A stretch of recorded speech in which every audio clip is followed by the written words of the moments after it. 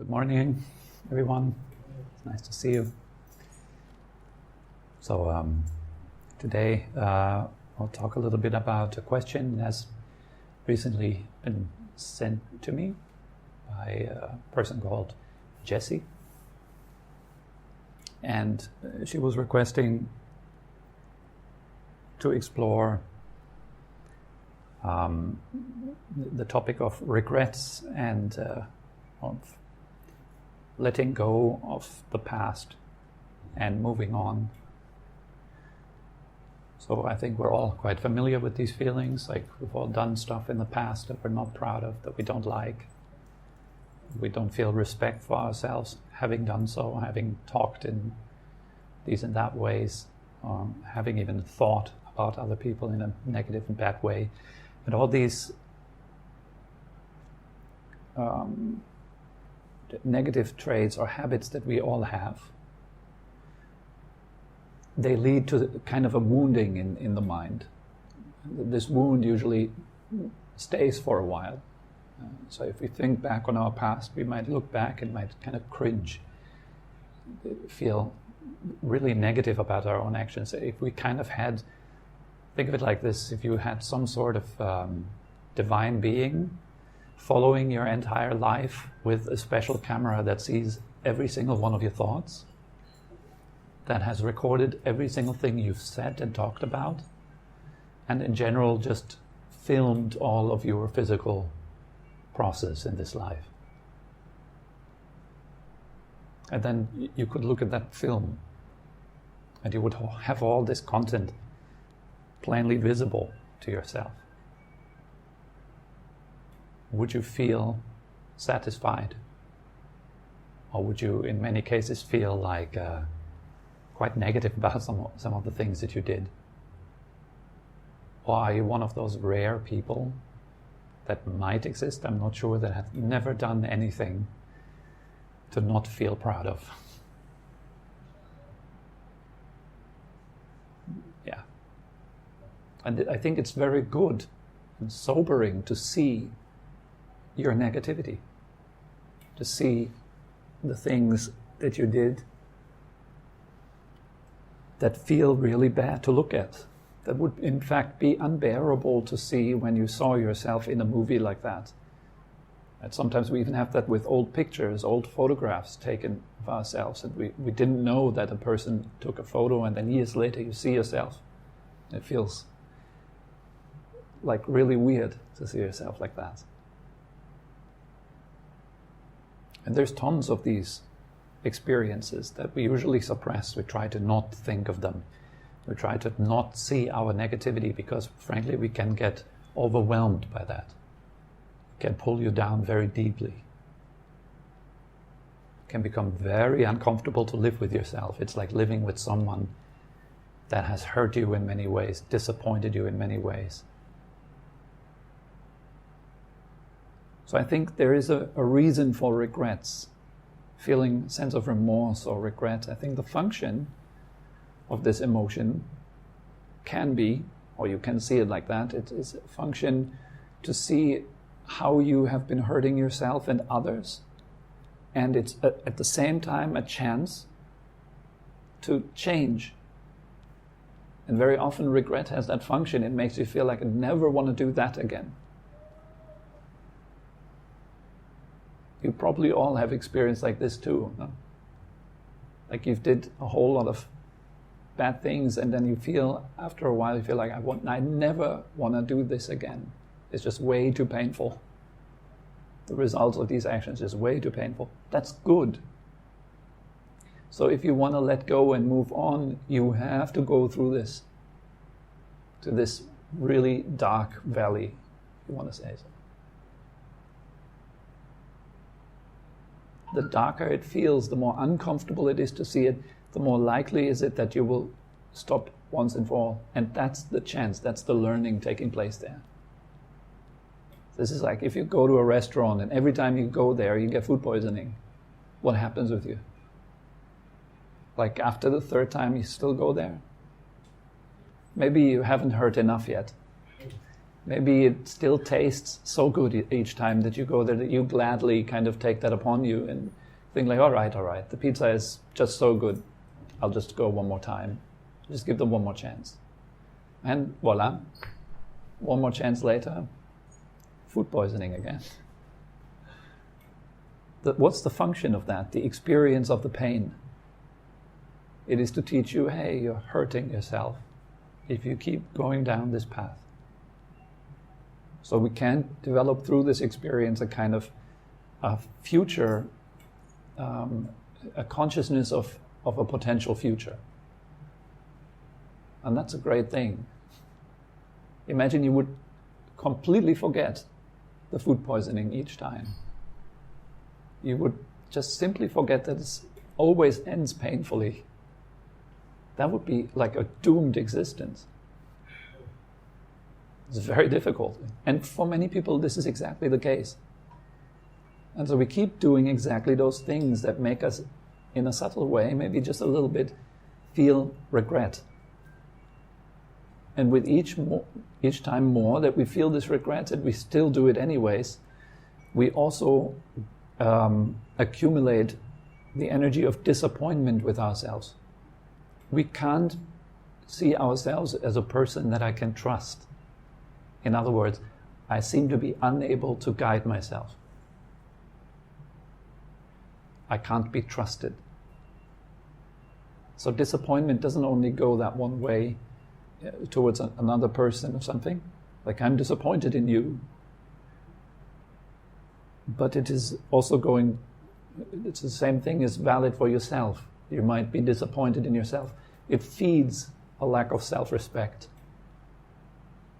And for many people, this is what they search out subconsciously again and again. I must act in a way that ends in feeling disappointed by myself. It becomes a pattern. It doesn't matter how unreasonable that pattern feels. It's a weird pattern. But it also serves you, hopefully, in the end, to hurt so badly that you finally stop it. That's the role that pain plays for me in life. If I do something over and over again, and every time I do it, I hurt, I have to consider this if I'm doing it again. So for me, this is a function of regret. It is something very good. It's sobering, it's healthy. It belongs, like food poisoning belongs.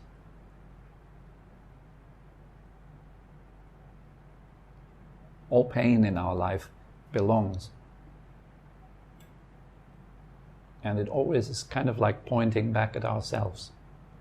What have I been doing to cause this pain? Even better, what am I currently doing to cause pain?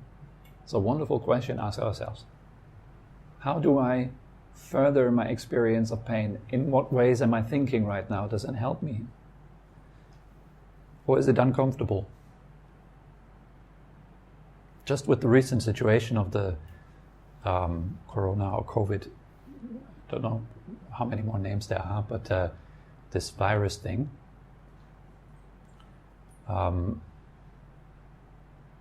like I think the worse, like the real problem with this situation might not actually be the virus as itself, but rather the way we react to it.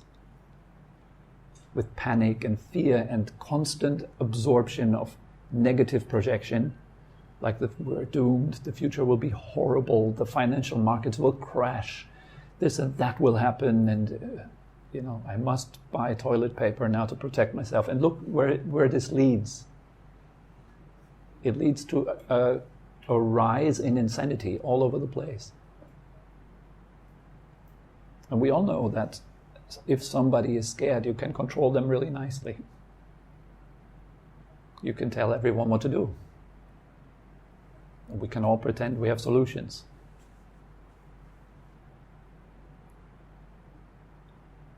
And you can see how unrealistic most people approach life, with the idea that I should not die.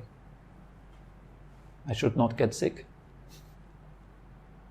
couldn't be more unrealistic, because we're all subject to death and illness, all subject to loss. It's normal. Humanity has been subject to pandemics far worse than what is called pandemic now, with in the tens of millions of people dying. So this gave us the chance to learn. And even though there's so much science on the fact that the first thing that is switched off when you're in a state of fear is your immune system. So it's kind of one of the worst things that we can do. It is buying into this whole fear game. It's not helpful. It damages the thing that you need most in this time, which is a strong immune system. So that there is a lot of messages that this current situation brings, but fear makes you unable to listen to those messages and to learn the truth of life. So, yes, I have no control of life. Is not mine. I'm not in it. I'm not having it. Maybe you are it. And so there's nothing that can be taken from you, because you never owned it. Like you don't own your heartbeat, right? You're not owning that. Fortunately not. I wouldn't be able to run it properly.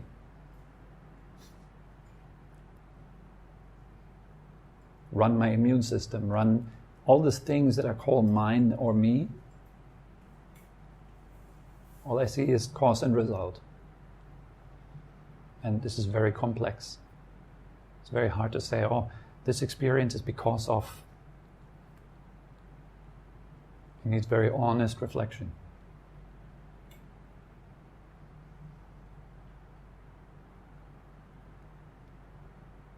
So, what does the regret that you experience in your life and that makes you think like, I want to move on, I want to let go, what does it tell you? What does it teach you? This is the good question to ask. What does it teach me? Why am I having this regret? What inside of me is calling out with so much fervor? Sometimes it's so strong you can't even sleep anymore. Like your mind is literally forcing you to look. And as soon as you go to sleep, there's nightmares. It's basically your mind just grabbing you by the shoulders and shaking you, trying to wake you up. Look, you're doing something that hurts yourself. It's not helping you.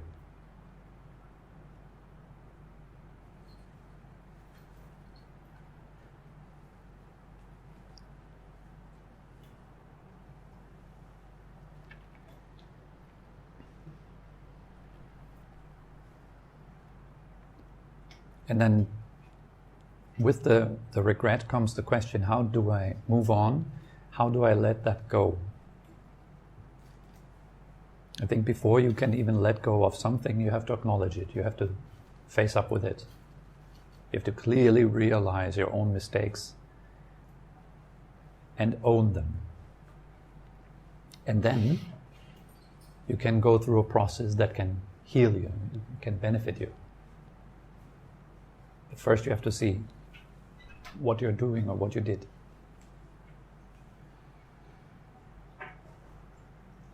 Then you can assume a point of view that gives you more hope, or it gives you more kind of, it shows you your strength, that you can grow and that you can move on.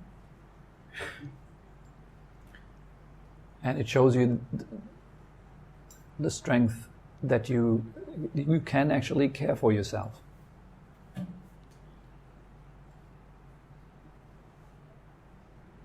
Let's say you have regrets concerning other people and how you treated them, or how they've treated yourself somehow.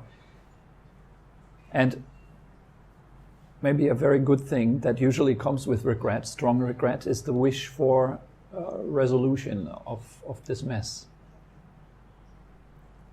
Even though it's very difficult, I find it a very noble gesture to seek for forgiveness, actually with the other person. It's very difficult because you have to not only own up to your own problems, you have to also let go of all your strength and show your vulnerable side, which is one of the most difficult things for people to do. This very often it's so hard to say, I'm sorry for what I did.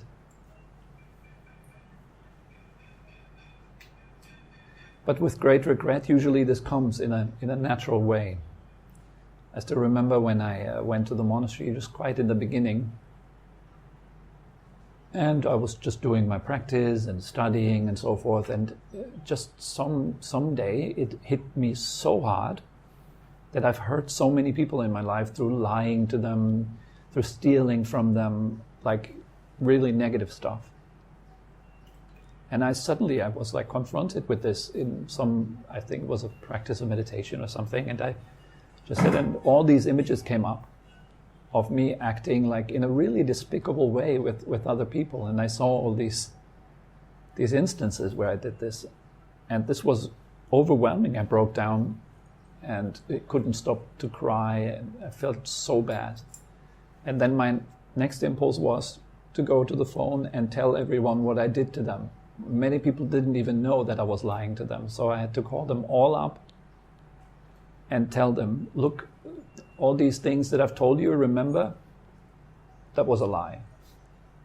When I was like 15 years old, 16 years old, I was lying to like all my friends. I was telling them that I grew up on the streets, that I was a tough cookie. And, like my parents completely abandoned me. I was all by myself. And like I loved this kind of hip-hop street gangster image. I try to display that because it made me feel strong about myself. And then imagine it, like years later, you need to call your friends and tell them, the story of me growing up on the streets, being all tough and stuff. It's a lie.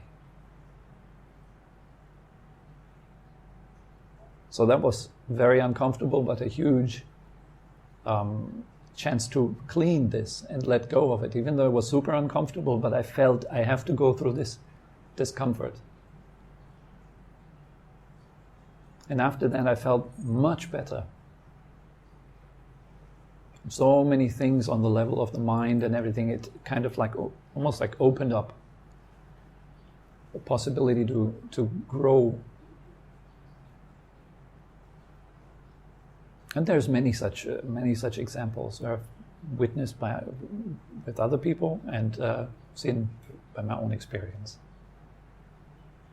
I think that's also one of the reasons why in most major religions you have this kind of admitting to your own sins. So you, for example, in Christianity, right, you go to the priest and you tell of all the sins, right? The priest might ask you, so, child, tell me about your sins. And it's a cathartic experience to actually tell someone else of your burdens that you carry with yourself. It's literally like giving it away to another, being received by another awareness that does not judge you. I think that's also important. So you're telling someone your sins, and this other person is simply receiving you, because nobody is perfect. We are all sinners. It doesn't mean we're all bad, but it means we're all lacking skillful ways because we have to learn them through life experiences. And for most people, they're not willing to even consider learning something because they already feel they know. So in order to actually see your own problems, you have to be humble. And regret is a humiliating force. It shows you just how weak you are. And only if you see your weakness would you be ready to actually confess to it. And then you can change. For me, it was some of the greatest moments that I've had was when I when I told my sins to my teachers, to my masters. It was always a great, wonderful experience afterwards, because these are people who don't have any kind of judgment. They're not looking down on you. And that was something that is very clearly felt. There's somebody looking at you that just simply knows how you feel. And is okay with it, because we all mess up. So when I think of letting go of my regrets or moving on, first of all, what gives me some strength is knowing that I'm not alone in this. There's so many people that carry far greater burdens. Then I also know that it is important to confess, to talk about what burdens you with other people who are qualified enough to receive you as you are. It is not really helpful if you talk with somebody that immediately looks down on you. It won't allow your heart to fully open up.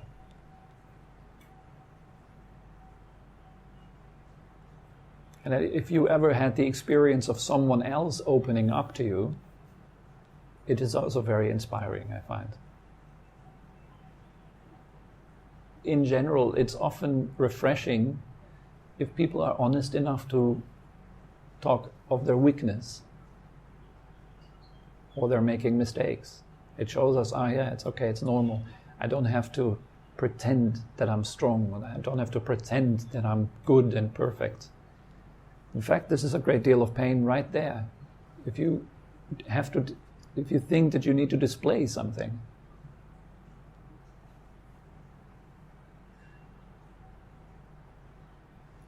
This is heavy, like wearing all kinds of masks is very heavy, isn't it?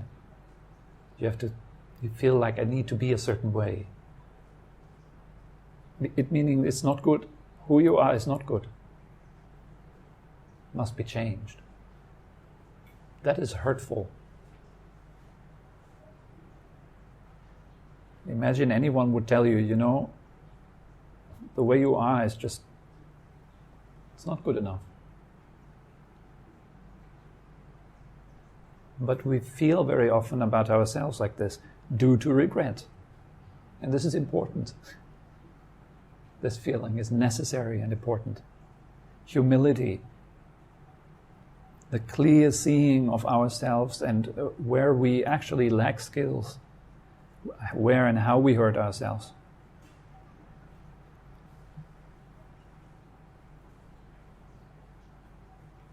So before you can move on or forgive yourself and let go of your sense of regret, you have to show yourself that you can do better. To the point where you trust yourself that you are doing better.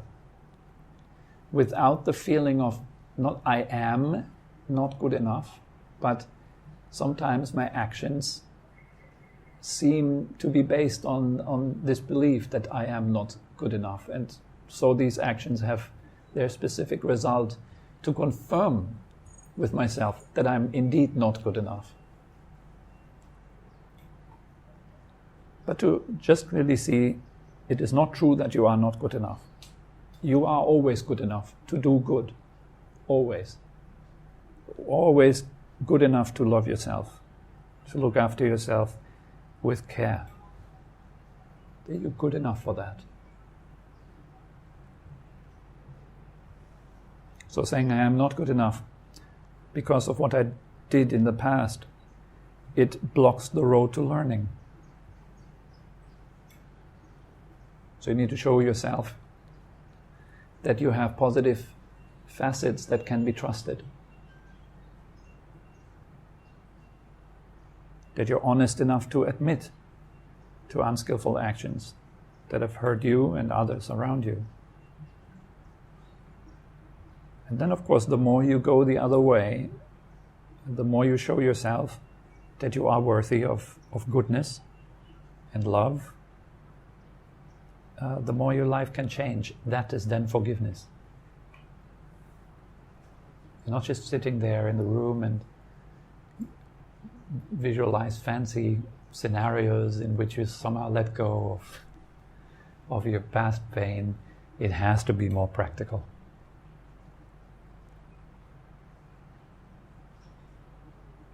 And it's often a long process before you can come to that point of completely letting go. Clearly see that what I did is due to who I have been. And at that point, I could not be not me. I was unable not to be myself. Like, who is able? Can you be not yourself? Is that even possible? We're bound to that, right? You cannot be someone else. You are you. So everything that you ever did, the way I would see it, is a learning step. And maybe you have learned already the lesson and you changed your behavior, or not yet. But it's okay. And okay doesn't mean that you're careless about it, quite the opposite. Not just taken as an excuse, oh, I'm okay, everything's okay, there's nothing that needs to be done, just be present. And that means I already forgive myself. No, it would be great if it was that simple. And so a lot of people fool themselves with spiritual practice. They pretend that they've let go, or kind of tell themselves stories where they've let go, and that's not it. But it might feel convincingly real. That's where the danger comes in, like deluding ourselves with the way we think, and so you need to be super honest with yourself. Like, how do you feel when you are with the one you've harmed? That feeling can tell you, right? How do you feel when you're at night alone in your room, the light is off, you're in the bed, you're not distracting yourself in any way? What are your thoughts? What would you think about if this was your last activity in this life? And you're 10 minutes away from letting it all go. What would come into your mind? Where are you still sticking? That also means you've completely let go. There's no more sticking, even in the process of death. And even if you are confronted with your book of life, and you see all these actions, and you'd be okay with them, completely okay. 100% okay. Without the need of any story. Then that's a very good sign. You're truly seeing that everything that happens to you in life, everything that you did, was your path. And you need to walk this path. There is no other way that you could not walk your path. You as a process, you go through various processes. They're non-personal processes. They're just actions happening, reactions happening, thoughts happening. And it all leads you along your path. Where is it supposed to lead you? What would be your decision if you could choose a destination? Then you have your purpose. Why are you alive? You choose your destination, right? And then whatever you want to reach in your life, it has specific causes. The more clear you are about your destination, the more you are in the power to choose the right causes to get there. You're not just aimlessly wandering anymore. The word for sentient being in Tibetan language is Dowa. Dowa means something like walker. The walkers. So sentient beings are the walkers. Like zombies in a way. In movies, they refer to zombies as walkers.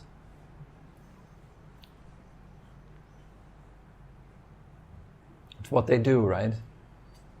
They just walk around like this. Constantly on the search for something, food. And so this aimlessly walking around, this is what they mean. That wandering and searching something. constantly searching something, not really knowing surely what they search, but something. For some people it becomes then more clear after a while in their life, I'm searching actually only one thing, I'm searching happiness, fulfillment, an end of suffering. Then you can take very specific steps to reach that. Then you are on a spiritual path.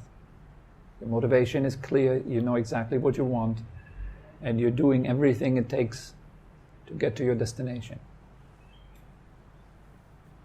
And there are some destinations which are tricky destinations because they never end. As soon as you reach it, there will be the next image in front of you, the next carrot to chase. And you somehow never arrive. That's something I feel it's great if you can feel regret about that. Only making a choice to reach things that will lead to further hunger,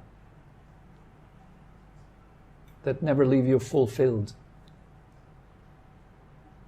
They just bring you to another place, another experience, another disappointment, you could even say. So this constantly running, this walking around.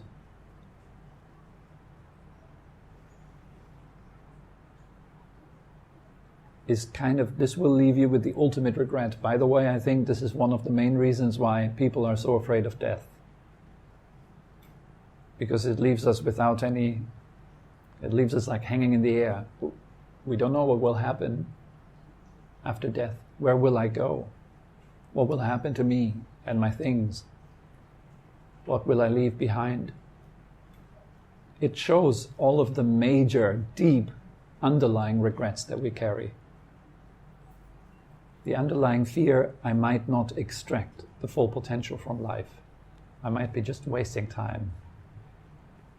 That is very worthwhile to look at. Look at what makes you afraid of death. That's where you're mainly sticking. And there is the possibility to free yourself from that. Then you're really ready to live, I feel. Then there is life. It's not blocked anymore by the fear of death, by your regrets.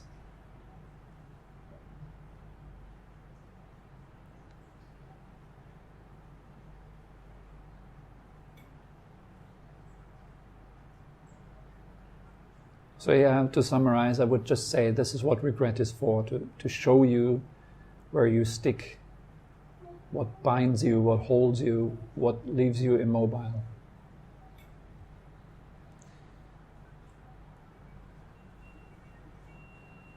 And letting go, moving on, is anything that leads you out of this stickiness. Best for good. Like in Buddhism, they use this symbol of the flower, of the lotus flower a lot. You can see, for example, the Buddha in its different forms is always displayed sitting or standing on a lotus. Yeah, you can see up there. Here as well, they all sit on a lotus. The symbol of a lotus is pointing to this non-stickiness as a result of the path. Because the lotus grows out of the mud, and yet no water and no dirt sticks to it. It's very beautiful. But it is, even they use this one, for example, in engineering or... Pardon? For the bathroom they use it. Oh yes, bathroom. So the water goes down. Exactly, yeah. And when you put like the glue on it, you run down, it doesn't stick. Ah, okay, I didn't know that. Yeah, It's on the leaves of the lotus. yes. Or the windows of a car as well. Very often they use this lotus technology, I think it's called. Yes. Because the unique structure of those leaves is to repel water. It is, how do you call it? Hydrophobic, I think it's called. So yeah, you want to have a hydrophobic mind. It means there's nothing sticks to it. Like whatever comes into the mind, it immediately pearls off. whatever thought, whatever emotion, nothing lasts. Nothing hangs around. If you can achieve this, then there's the ultimate forgiveness, the ultimate end of stress. So it's a worthwhile path.